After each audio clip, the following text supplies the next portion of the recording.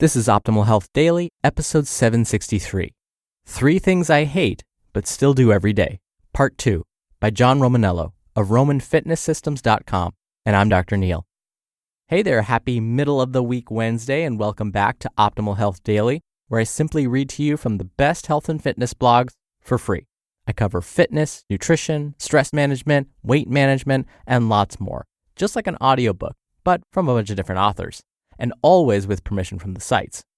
Now, today's post is part 2 from yesterday, so if you're new here or skipping around, I'd recommend listening to yesterday's episode first. That's episode 762. Now, before we get to that, thank you to Sleep Number. So many couples disagree on mattress firmness. Sleep Number 360 smart beds let you choose your ideal firmness on each side, so it's just right for both of you. For a limited time, a queen Sleep Number 360 C2 smart bed is now only $899. Plus, special financing is available, subject to credit approval. Minimum monthly payments required. See store for details. You'll only find Sleep Number at any of the 575 Sleep Number stores nationwide. Find the one nearest you at sleepnumber.com/OHD. So it's the middle of the week. I think we're due for a little inspiration to help us get through the remainder of the week. I know my students definitely need it because right now they're smack in the middle of finals week. And this quote I just happened to stumble upon, and it works perfectly for what we were talking about yesterday and what we'll continue with today. So here we go. Quote, "The price of success is hard work, dedication to the job at hand, and the determination that whether we win or lose, we have applied the best of ourselves to the task at hand." Vince Lombardi. And with that, let's get right to it and continue optimizing your life. 3 Things I Hate, But Still Do Every Day, Part 2, by John Romaniello of RomanFitnessSystems.com. 2. Writing by hand. I know it might seem odd for someone who writes for a living to avoid writing in any capacity, but yeah, I do. Here's the thing. I have terrible handwriting. Truly bad. It's always been messy. I blame this on being left-handed. But in addition to being unskilled, I'm now also unpracticed. I haven't had to write much by hand since college, and that was like 15 years ago. Predictably, by limiting my practice over 15 years at this thing I was already bad at, I've gotten even worse at it. My handwriting is messy by default, but whenever I need to write something by hand, I put in a lot of effort to keep it neat. This is physically exhausting. My hand cramps, and it's very slow. Even writing out a birthday card can take me 10 minutes, if I want the recipient to actually be able to read it. Of course, you don't need to write things by hand, but it's something you should be doing. Writing by hand, rather than on a computer or phone, improves memory, focus, and there's even been evidence to suggest that it helps prevent the onset of conditions like dementia and Alzheimer's. On top of that, I personally find that writing by hand allows me to be more freely creative and not suffer from writer's block. So this is something I really can't avoid just because I have bad handwriting, which is why I've been doing it every single day for the past few weeks. Here's how I work it into my day. I take 5 to 10 minutes in the morning to write in my little leather-bound notebook. My goal is to keep my handwriting neat, and I'm always working to go faster than the previous day. I'm not journaling. I do that at night.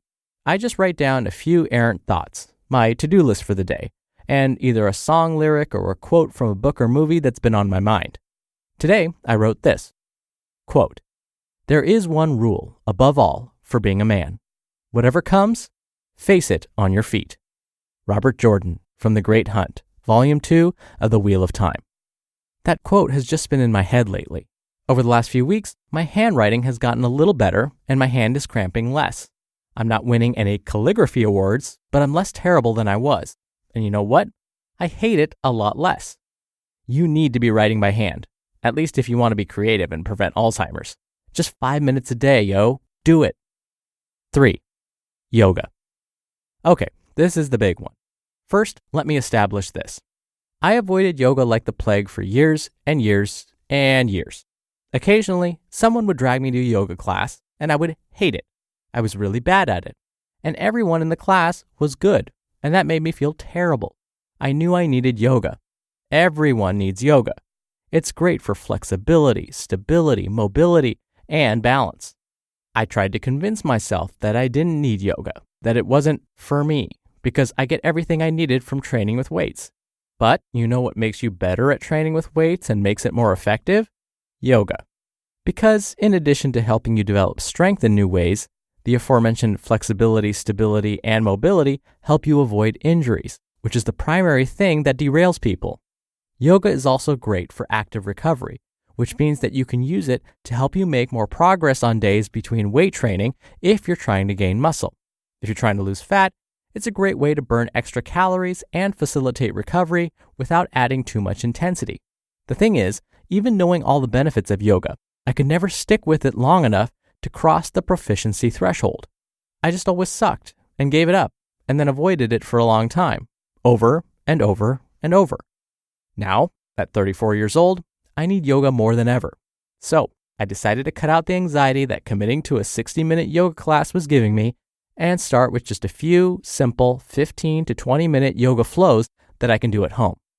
Anyone can free up 15 to 20 minutes a day, even if it's for something they hate, as long as it's going to help them feel and perform better.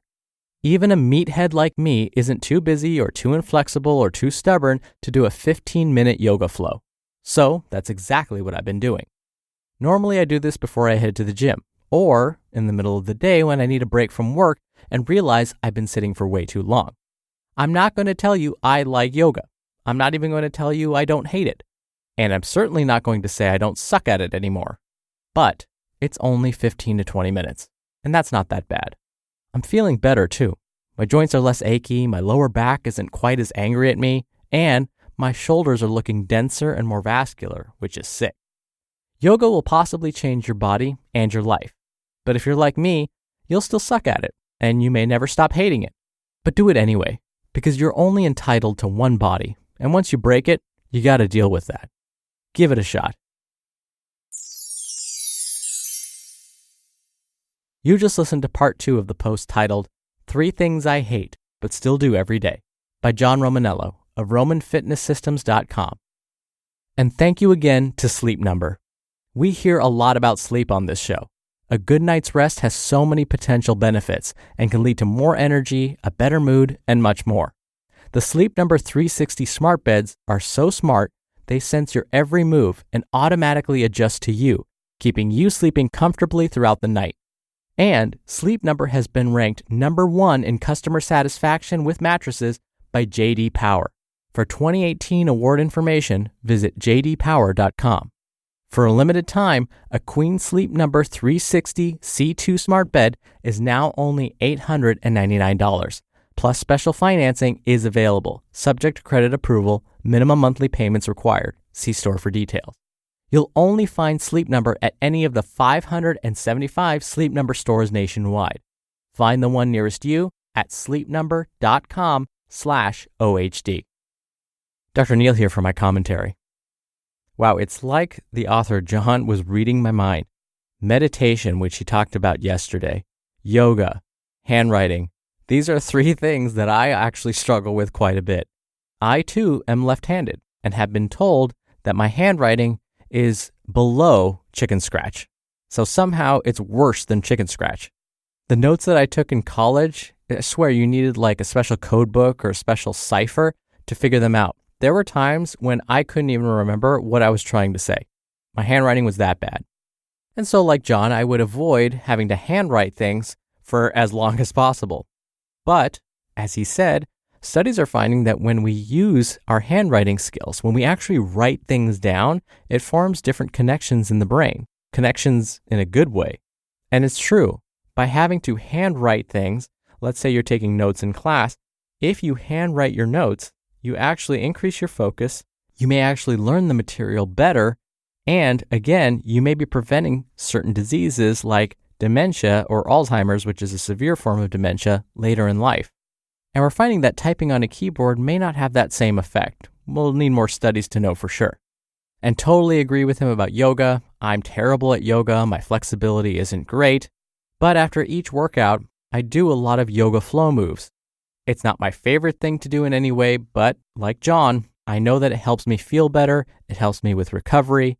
And what we're finding is when we do some sort of stretching or things like yoga immediately after a workout, it helps flush the body of some of those byproducts, those stress byproducts that accumulate during your workout, and therefore it may help you recover faster.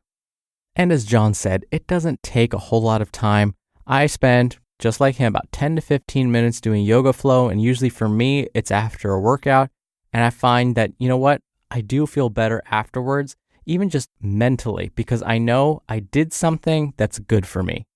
So I may tell myself I hate it before I actually do the behavior, but afterwards, I know I feel so much more accomplished for actually having done it. And speaking of which, that should do it for today's episode.